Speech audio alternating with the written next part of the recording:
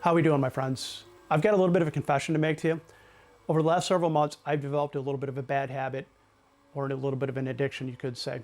That addiction or bad habit has caused me not to have the time to produce some woodworking videos or some other project videos that I would have liked to have done, other than the occasional bike racing video, which I posted, and hopefully you've got something out of that. That addiction or bad habit has caused me to start a business. That business has become a little bit profitable, so I've been putting some time into that, and that's not necessarily a bad thing. That addiction or bad habit is laser engraving, laser etching, or laser wood cutting. The possibilities are kind of endless, what you can do once you learn how to do these things and these techniques with this laser. I'm going to show you what I've learned so far in some future videos. For the time being, I'm going to show you the project I'm working on right now. Okay folks, the project I'm working on right now is a tree of life cutout. This is 3mm Baltic birch that's being cut. This is one I'm doing for myself. I've done a bigger one for a customer. She was pretty happy with it. It's basically, I'm using it as a window accent. I'm gonna paint it black and then I'll put it up in my window. And once it's in the window, the sun will be able to shine through it. You'll get a nice little sun shade effect. Can't wait to see what that's gonna look like. This is an Orator Laser Master Pro 2. It's a hobby laser. It's a really good laser to start with, in my opinion. It seems to work out real well. There is a learning curve to being able to use these lasers. It's not something you're going to buy, plug in, and be able to do something right away with it. There's some techniques. I'm learning as I go. Eventually, like I said, I'll do some more videos as I get better at it and hopefully share some of the knowledge that I will hopefully pick up with you, and you can hopefully make a go of it and have some fun with a laser. The software that most folks use or seem to use is called Lightburn.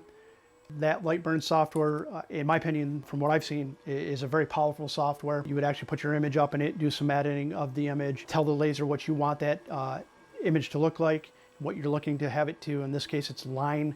It's actually cutting into the Baltic birch, and it's good to go. One other thing, as I said earlier, is this is a hobby laser, but it's not fast by any stretch of the imagination. This one right here that I'm working on is taking about 2 hours, almost 3 hours actually, to cut, and it's making 6 passes to actually cut through the 3mm Baltic birch, and that's about the thickness you're going to get with this type of laser. Eventually I will get a commercial CO2 laser, which is a bigger format, a lot faster, and I'll be able to produce stuff a lot faster, and then probably a fiber laser to be able to do metal and etch metal, cut metal, and do some different stuff with metal. Okay, on the other laser that I have running at this point, yes, I have 2 lasers because as I told you, I'm addicted to this whole process. I think it's really cool. I have running right now is actually a tile. It's a 6" by 6" white tile that you would get from Lowe's or Home Depot. You clean it with acetone, and then what you do is you would spray paint it with, in this case, 2X smoky beige Rust-Oleum spray paint. And the laser reacts with the paint and actually etches into the tile. The image that I'm putting on here is permanent. You could scrape it with a scraper, sander, knife, and it's not going to come off. I've done a few of these projects for customers that are on dinner plates with an emblem or picture in the center of it, and that's food safe, and again, that's never going to come off. All right, my friends, that's the Orator and eleksmaker laser that I have. Both great hobby lasers, a great way to get started in this hobby or addiction of laser engraving, laser etching, or laser wood cutting. But I want you to understand, when you start out with these lasers, you're most likely not going to be able to start out right away making great projects and putting together great things.